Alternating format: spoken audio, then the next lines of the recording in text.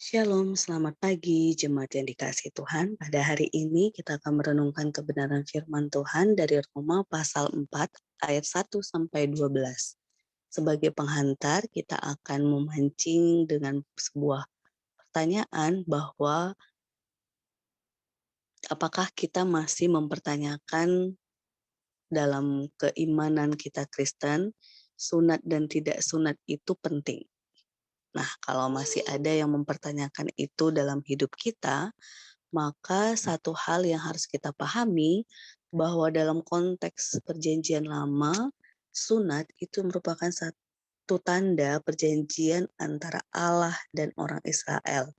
Artinya kalau kita lihat di Kejadian pasal 17, di sana sunat itu menjadi tanda perjanjian antara Allah dan umat bahwa ia akan menyertai, akan senantiasa melindungi dan menyelamatkan begitu ya. Tetapi dalam konteks bacaan kita hari ini, kita mau diteguhkan bahwa sunat dan tidak sunat itu bukan bagian esensi yang paling penting. Tetapi yang paling penting adalah kita akan baca bersama-sama. Jadi apakah akan kita katakan tentang Abraham bapa leluhur jasmani kita? Sebab jikalau Abraham dibenarkan karena perbuatannya, maka ia beroleh dasar untuk bermegah, tetapi tidak di hadapan Allah. Sebab apakah dikatakan nas kitab suci? Lalu percayalah Abraham kepada Tuhan dan Tuhan memperhitungkan hal itu kepadanya sebagai kebenaran.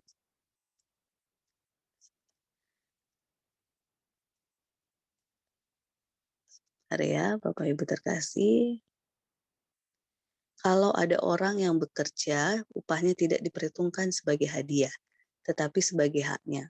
Tetapi kalau ada orang yang tidak bekerja namun percaya kepada Dia yang membenarkan orang durhaka, imannya diperhitungkan menjadi kebenaran. Seperti juga Daud menyebut berbahagia orang yang dibenarkan Allah bukan berdasarkan perbuatannya. Berbahagialah orang yang diampuni pelanggaran-pelanggarannya dan ditutupi dosa-dosanya. Berbahagialah manusia yang kesalahannya tidak diperhitungkan Tuhan kepadanya. Adakah ucapan berbahagia ini hanya berlaku bagi orang bersunat saja atau juga bagi orang tak bersunat? Sebab telah kami katakan bahwa kepada Abraham iman diperhitungkan sebagai kebenaran. Dalam keadaan manakah hal itu diperhitungkan? Sebelum atau sesudah ia bersunat? Bukan sesudah disunat, tetapi sebelumnya. Dan tanda sunat itu diterimanya sebagai materai kebenaran berdasarkan iman yang ditunjukkannya. Sebelum ia bersunat.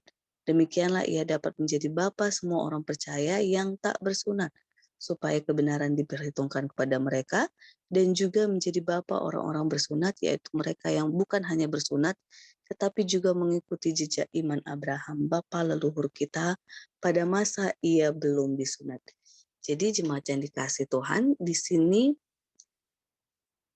Paulus sedang meneguhkan bahwa orang-orang Yahudi maupun bukan orang Yahudi, orang non-Yahudi, keduanya dibenarkan bukan melalui melakukan Taurat, melainkan melalui iman.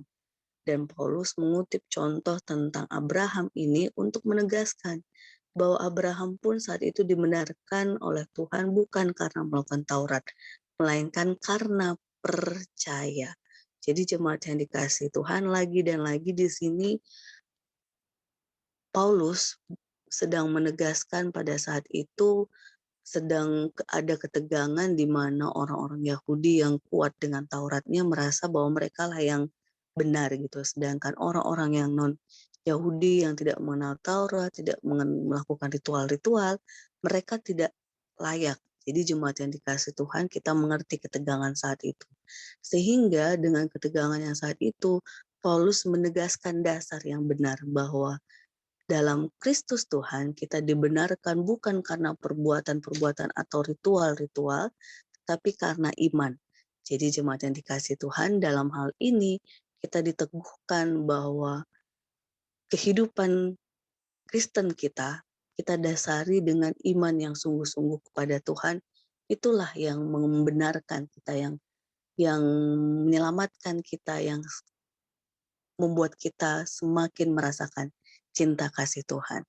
Selamat menghayati anugerah Tuhan yang begitu luar biasa kepada kita, selamat menghayati iman kita kepada Tuhan, sehingga apapun yang kita lakukan, semuanya itu dalam rangka kita bersyukur dan bersyukur kepada Tuhan.